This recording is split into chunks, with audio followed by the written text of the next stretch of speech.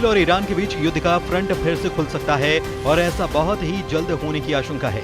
Tehran में भारतीय दूतावास ने भी सलाह जारी की है और कहा है कि इस वक्त ईरान की गैर जरूरी यात्रा करने से बचा जाए और ईरान में जो भारतीय मौजूद हैं वे भी चाहें तो विमानों से लौट सकते हैं। ईरान की मिसाइल फिर तैयार है, किसी भी वक्त लॉन्च करने का ऑर्डर जारी किया जा सकता है, जो ईरान से आसमान की तरफ बढ़ेंगी और इसराइल पर कहर बनकर टूटेंगी। वहीं इसराइल के फाइटर जेट्स को भी किसी भी नए मिशन पर भेजा जा सकता है। इसराइल के हवाई अड्डों पर लड़ाकू पायलट बैटल रेडी किए जा चुके हैं। ईरान में नए टारगेट सेट हैं, बस नेतन्याहू से हमले का ऑर्डर आना बाकी है। क्या युद्ध को लेकर अगले 24 घंटे में कुछ बड़ा होने वाला है? क्या 48 घंटे में नेतन्याहू कोई बड़ा फैसला करेंगे और 72 घंटे में ऑपरेशन तेहरान लॉन्च कर देंगे? ईरान और इसराइल के बीच अगले 100 घंटे बहुत अहम होने वाले हैं। ईरान पर हमला हुआ तो फिर दहलेगा तेल अवीव और हाइफा, या फिर ईरान पर पहले कर देगा इसराइल हमला। बारूद के ढेर पर बैठा पश्चिम एशिया युद्ध के दूसरे राउंड को लेकर डरा हुआ है, क्योंकि 1 महीने पहले ही दुनिया ने खुद को तीसरे विश्व युद्ध के करीब देखा है और ये खौफ अभी फिर से उबाल ले रहा है। ये दोनों तस्वीरें इस वक्त दुनिया में युद्ध का एक नया सायरन फिर से बजा रही हैं, क्योंकि तेहरान में भारतीय दूतावास ने एक बहुत जरूरी सलाह जारी कर दी है। ये सलाह एक बड़ी वार्निंग बनकर आई है। भारतीय दूतावास ने ट्वीट करके लिखा है कि पिछले कई हफ्तों में सुरक्षा संबंधी हालात को देखते हुए भारतीय नागरिकों को सलाह दी जाती है कि वो ईरान की गैर जरूरी यात्रा करने से पहले मौजूदा स्थिति जरूर देखें, हर घटनाक्रम पर नजर रखें और भारतीय अधिकारियों की सलाह को मानें। अब ट्वीट के मायने क्या हैं? इसके मायने हैं कि ईरान जाने से बचिए, ईरान में हो तो लौट जाइए, क्योंकि ट्वीट में आगे लिखा है कि जो भारतीय नागरिक पहले से ही ईरान में हैं और वहां से जाना चाहते हैं तो मौजूदा विमान सेवाओं का इस्तेमाल कर सकते हैं।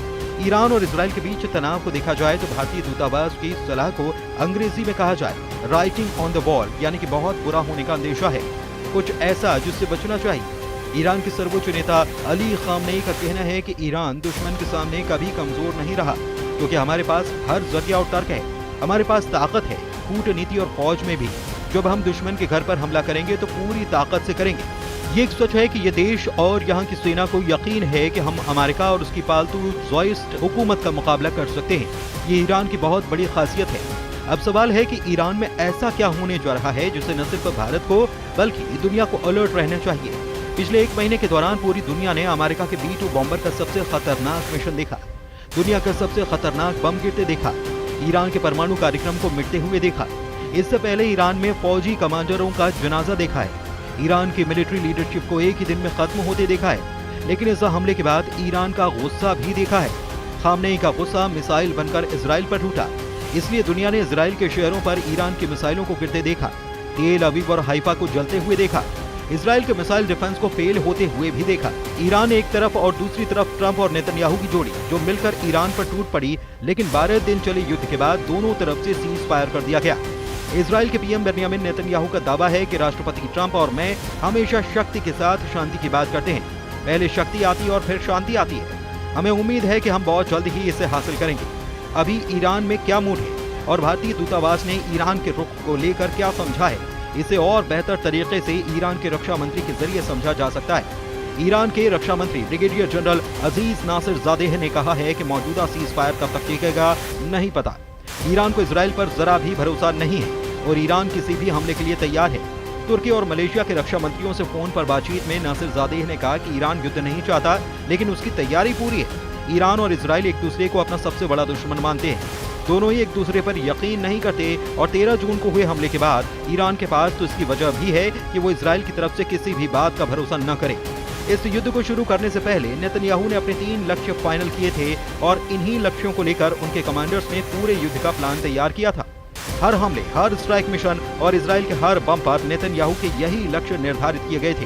पहला मकसद ईरान के परमाणु कार्यक्रम को जड़ से उखाड़ देना, उसे पूरी तरह से खत्म कर देना। क्या ऐसा हुआ?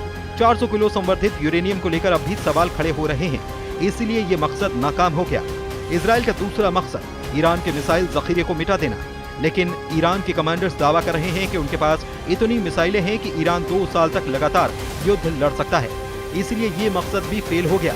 इसराइल का तीसरा मकसद ईरान में बगावत करवाकर तख्ता पलट करना, लेकिन अली खामनेई अब भी ईरान के सर्वोच्च नेता हैं और ईरान की मिलिट्री लीडरशिप भी कायम है, यानी इसराइल के तीनों मकसद नाकाम साबित हुए।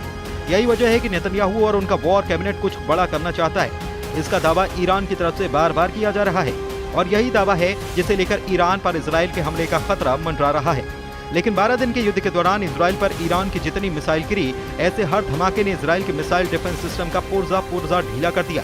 तेल अवीव से लेकर हाइफा और अशदोद से लेकर बेन गुरियन हवाई अड्डे तक हर मिसाइल हमले ने नेतन्याहू को ईरान पर नया प्लान बनाने के लिए मजबूर कर दिया। यही वजह है कि नेतन्याहू ने ईरान को घेरने के लिए अब नई योजना तैयार की है। नेतन्याहू ने कहा है कि ईरान के मिसाइल कार्यक्रम पर रोक लगनी चाहिए और उसे 480 किलोमीटर से ज्यादा रेंज की मिसाइल नहीं बनाने दिए जानी चाहिए। मतलब साफ है कि नेतन्याहू ईरान के उन मिसाइलों से घबरा गए हैं जो 1500 किलोमीटर या उससे ज्यादा की रेंज रखती हैं, क्योंकि ईरान और इजराइल की दूरी भी 1500 से 1800 किलोमीटर की रेंज में है। यही वजह है कि नेतन्याहू चाहते हैं कि ईरान के पास 480 किलोमीटर की रेंज वाली मिसाइल हों ताकि वो इजराइल तक ना पहुंच पाएं। 13 जून 2025 को जब ईरान पर हमला हुआ तब उसकी खुफिया एजेंसियों से लेकर इजराइल को रोकने वाले हर प्लान की पोल खुल गई थी। इजराइल के फाइटर जेट्स को रोकने वाली कोई ताकत ईरान में मौजूद नहीं थी। ईरान का आसमान इजराइल की वायु सेना के लिए खुला मैदान साबित हुआ और यही वजह है कि नेतन्याहू ने जो टारगेट एयरफोर्स को दिए थे उस हर ठिकाने पर बमबारी की गई और नुकसान भी जबरदस्त पहुंचाया गया, क्योंकि 13 जून के बाद हमले में मिलिट्री कमांडर और वैज्ञानिकों के अलावा 1000 से ज्यादा लोगों की मौत हुई। लेकिन 12 दिन के युद्ध में दोनों तरफ से एक दूसरे पर हमले हुए।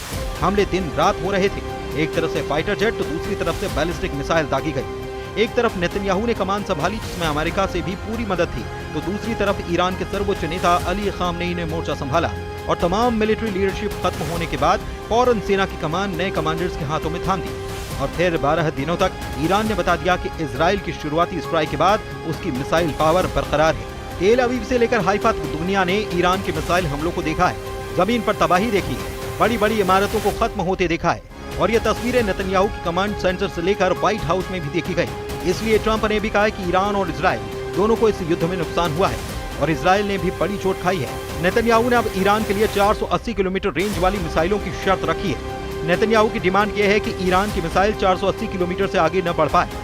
इसे लेकर इजराइल को बैकफुट पर देखा जा रहा है और इसीलिए ईरान के विदेश मंत्री ने कहा कि इजराइल इस युद्ध में नाकाम साबित हुआ है। अरागची का मैसेज साफ है कि इजराइल 12 दिन के युद्ध में पूरी तरह से नाकाम हो गया और नेतन्याहू ने ईरान को हराने का जो प्लान बनाया था उसमें खुद इजराइल को बचाते हुए नजर आए।